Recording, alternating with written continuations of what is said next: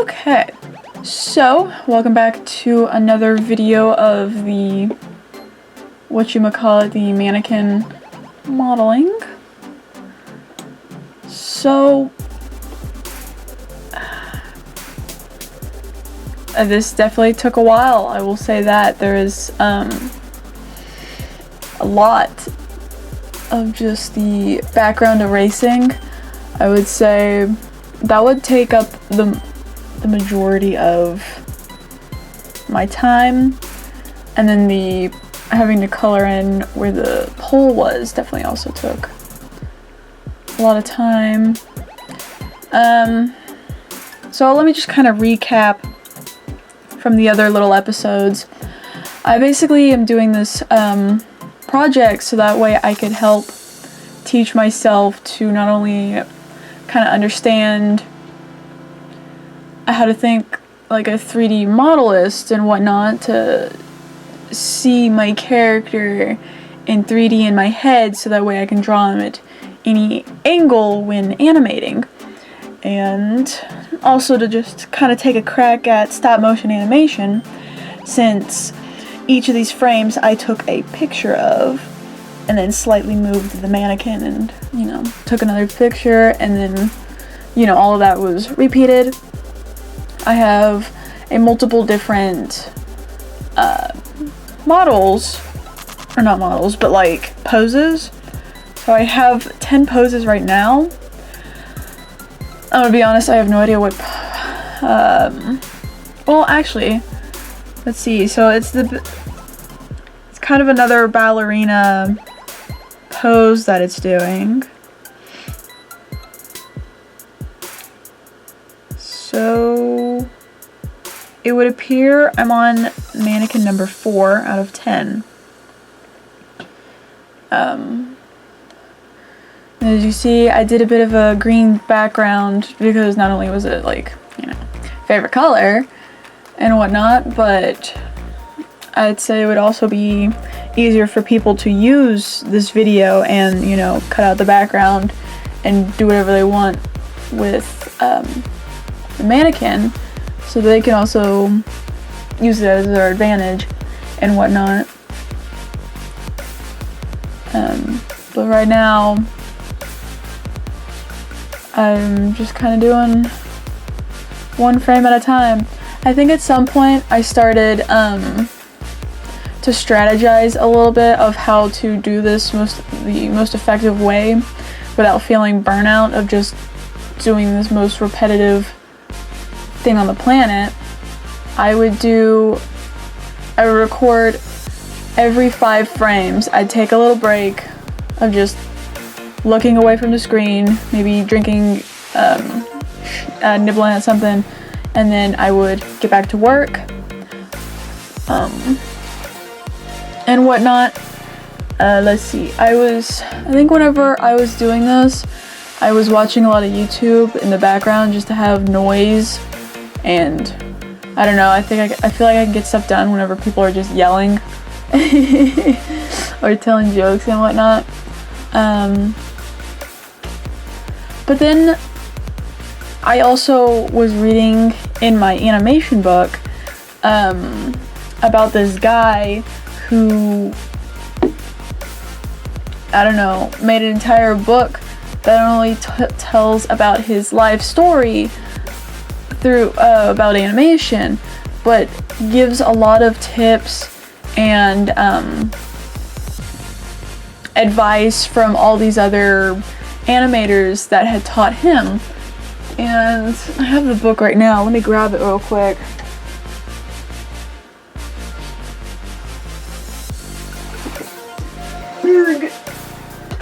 Yeah, it's called The Animator's Survival Kit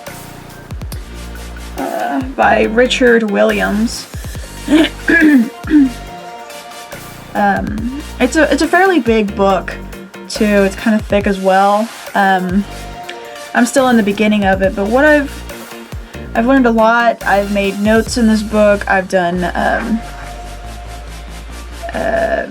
sticky notes, highlighting, putting what I know or what I can add to the information in the book as well, and that kind of a thing. But one thing that he noted that really stood out to me, because when I'm working, I'm always having like YouTube and entertainment and music playing. They said the best way to work is in silence, is where you can really focus and whatnot. And I think at some point I did try that. I don't think I did it with these mannequins, because maybe I did it with the mannequins, I can't remember. I'm pretty sure I tried it with the mannequins and it did work, but I like my addiction, so I went back to it. Then I also did it with my other animation I'm working on, which is, you know, top secret until it comes out, which probably won't come out for another year, because I'm putting a lot of effort into it, and I want to really try my best to see what I can do. So I tried that with that and the other animation, and it works. I say it works. Not only was I able to like really sit and think of like what steps I need to do in order to make my animation move correctly, but it also kind of felt like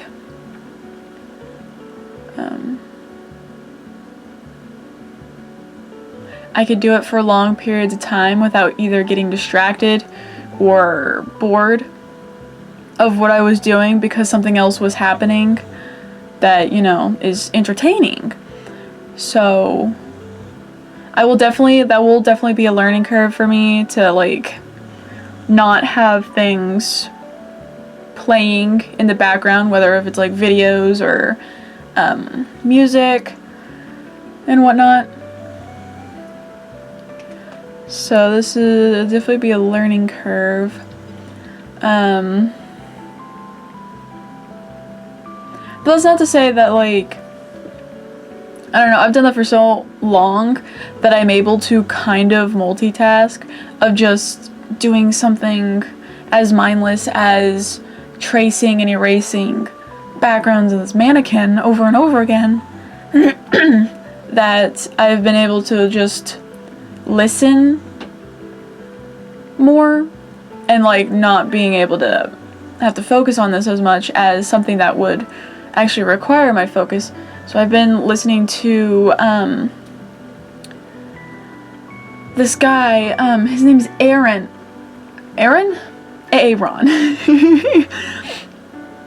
and he used to work for Disney, and he made like those really old 2D cartoons of like Beauty and the Beast, Tarzan, Brother Bear, Pinocchio, Pocahontas. Like, he was an amazing. I found his YouTube channel and whatnot, and he has this really dope website where you can buy lessons and whatnot, and I bought quite a few. And I was just listening on how he draws wolves and how he breaks down wolves while I was working on this, and I don't know, it's just something where I'm able to like, I think it's kind of like one of those weird tricks that school tries to teach you, that like, what's that, like, learning strat where you can't really learn unless you're doing it, like your like hands-on classes is normally where people thrive the best, is because they're doing what they're learning. I know this isn't applying it in the right manner, but I'm doing something while I'm learning. So,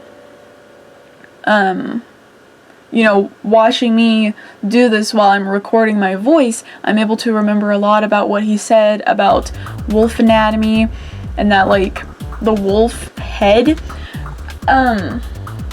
whenever he's just looking straight on, his nose is almost pointed down to the floor. It isn't like pointing out and whatnot. Like, that really fascinated me, because it was like, that makes perfect sense, because we don't do that. Like, our nose is pointed down to the ground. We don't have it up, constantly looking, you know, out and whatnot. And so that, and then there's like so many large muscle areas of the wolf, especially like in the cheekbone, where if you look at the skull, you know how you look at skulls and there's just like a big dip in where the cheeks are, and then you have like that really strong protrusion of the cheekbone that's like right around the eye, but all of the rest is hollow, where the jaw is.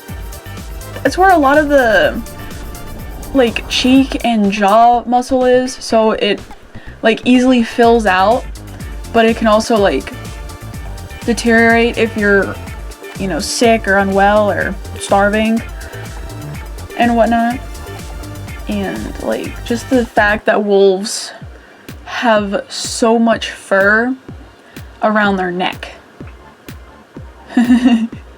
Like, they would probably look a little alienish if they were shaved or had just got done with a bath and all their hair is like just weighted down by all the water. They would probably look a little alien-like. And so it's really fascinating and whatnot.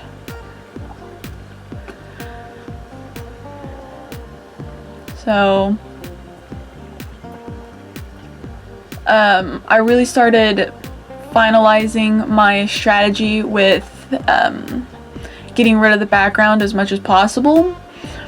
So I had this kind of strategy of like, so whenever I'm tracing the mannequin, I would have the eraser at a number 4, because anything bigger or smaller than that would, you know, affect how the mannequin looked. Like 3 and under would, it becomes dusty looking, and it has more softer gradient around it, and you have to go maybe sometimes multiple rounds in order to erase everything. And then if you were just at a number 4 and you could do one stroke but still keeping it tiny so you can get really tight around all these little crevices, especially around the joints and whatnot. And then whenever I'm erasing the large amount of background after tracing the mannequin, I would just swipe the size of the eraser as high up as I can, just to get it as big as possible, and I'd just erase as much as I could, try and get as close as possible to the mannequin without bumping it. And then I'd go in with a number 10 size eraser and get rid of all the gapping. And I normally keep it zoomed out enough to where I can get all the sides of the mannequin, you know, going down without going up and down, erasing all the sides. So I started finalizing my strategy with that, and I felt like that did definitely make the process a little bit faster. I know there's not much else you could do with this process of erasing the backgrounds. Now, if I looking back at this, there is a possibility that I could have done this a little differently, because all of this was completely on my phone. So I was very limited on resources, I feel like. If I had this in my computer, I would definitely either throw it in a website program that I have that would immediately just erase the background, or take each not shot, but like picture, frame, whatever you want to call it, and throw it in my picture editing program, and just trace around the mannequin and then delete everything else. I definitely felt like I could have done that, and that would have got rid of 90% of this process. But yeah. So I think definitely next time, if I was to do this again, I would try and work smarter instead of harder with this. Definitely because looking back at it, this took a lot of time, not only to record, but this is part 3 already, and yeah. And it took a month when I feel like now it really shouldn't have.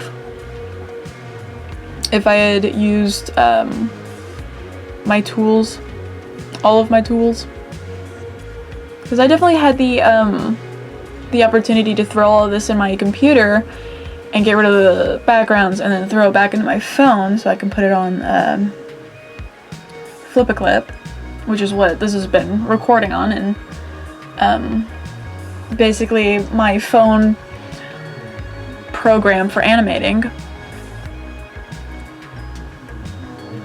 I don't know if I haven't mentioned this in the other videos, but I'm recording all of this in 24 frames a second. Not recording, animating. I have no idea how fast I'm recording this. Probably standard recording speed. But yeah, I'm animating in 24 frames per second just because that is like a universal speed of how things are animated, whether if it's American or Japanese, or like, you know, anime, and then there's cartoons. They're all animated in 24 frames a second or something extremely close to that. I know there was definitely a time where I was watching Gravity Falls, because that's like one of the best shows you'll ever watch. It's, for a long time I always thought it was a Nickelodeon show, but it's a Disney, but they're basically the same thing. They were definitely put out at the same time of Nickelodeon was big and Disney was still in 2D animation ish, I think. I don't know. It's like 2001 or something.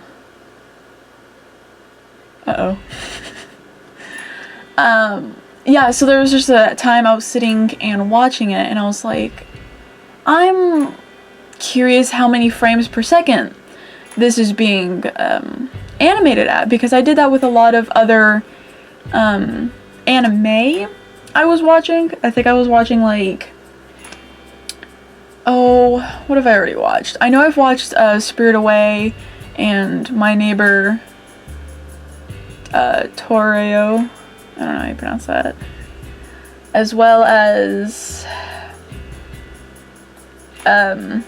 Demon Slayer. I already watched those, and I'm still watching that because new seasons are still coming out, but all of those are recorded at 24 frames per second, and I was like, oh, I'm curious what Gravity Falls is being filmed at, and it said like 23.999 frames a second. So I was like, I don't understand why they didn't round up to just 24 frames a second, but you kind of get the idea that everything is basically animated at 24 frames a second or something extremely close to that, and whatnot. So it's nice that that speed is universal. I mean, you don't have to adapt based on company or anything like that, which is very nice, because I'm still getting a grasp and an understanding of how slow or fast something needs to move without making it look choppy at 24 frames a second. Because I think it's so much easier to just do it at 12 frames a second. But just because, you know, you have less frames to draw because it's moving so much faster and whatnot. So, and like the more frames a second, the more frames you need in order for it to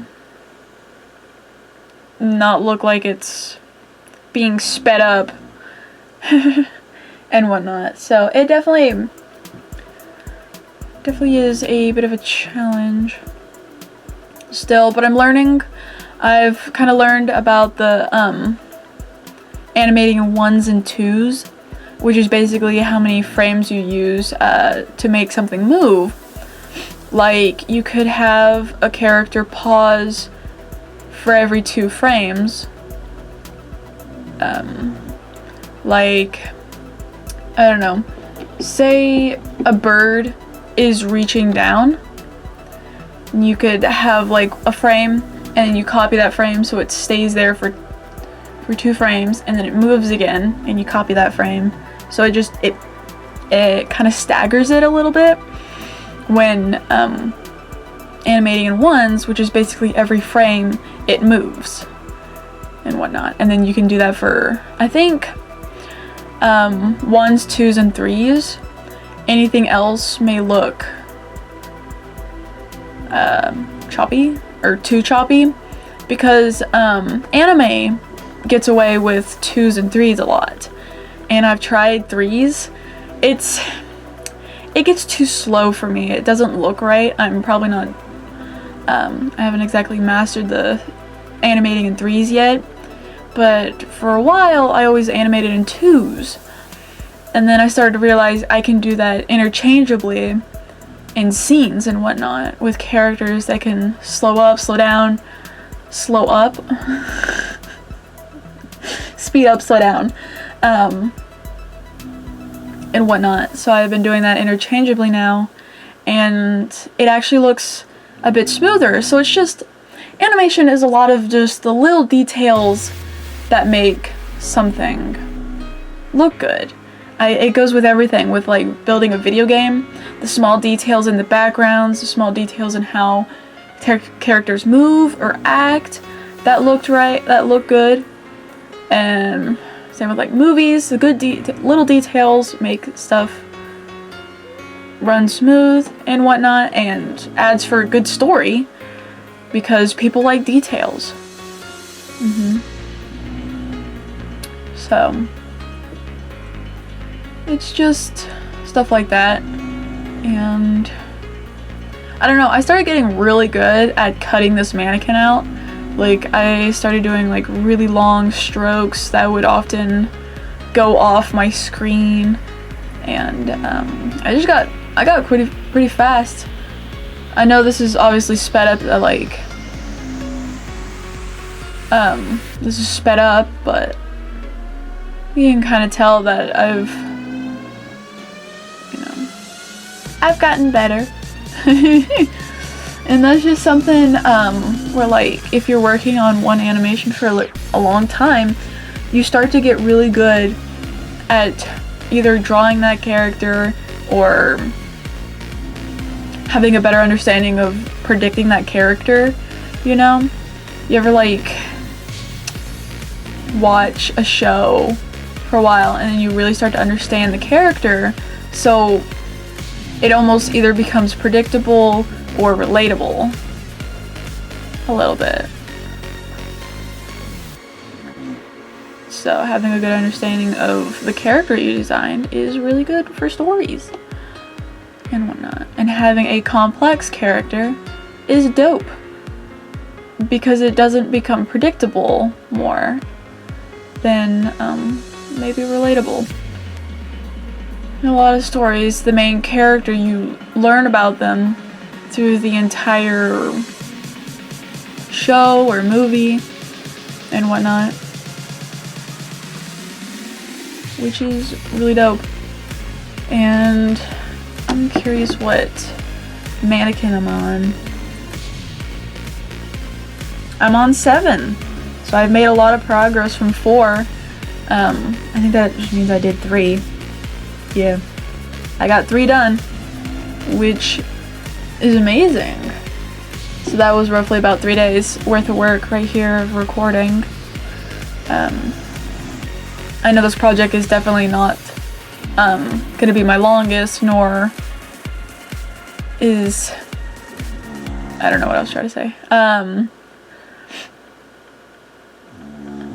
I know this took a month and whatnot. That's it. So this is the end of part 3 of these 3D mannequins I've been making. I've definitely very quickly have gotten used to talking to the camera for long periods of time. I mean, I'm stretching to like 24 minutes every episode, 24 or 25 minutes.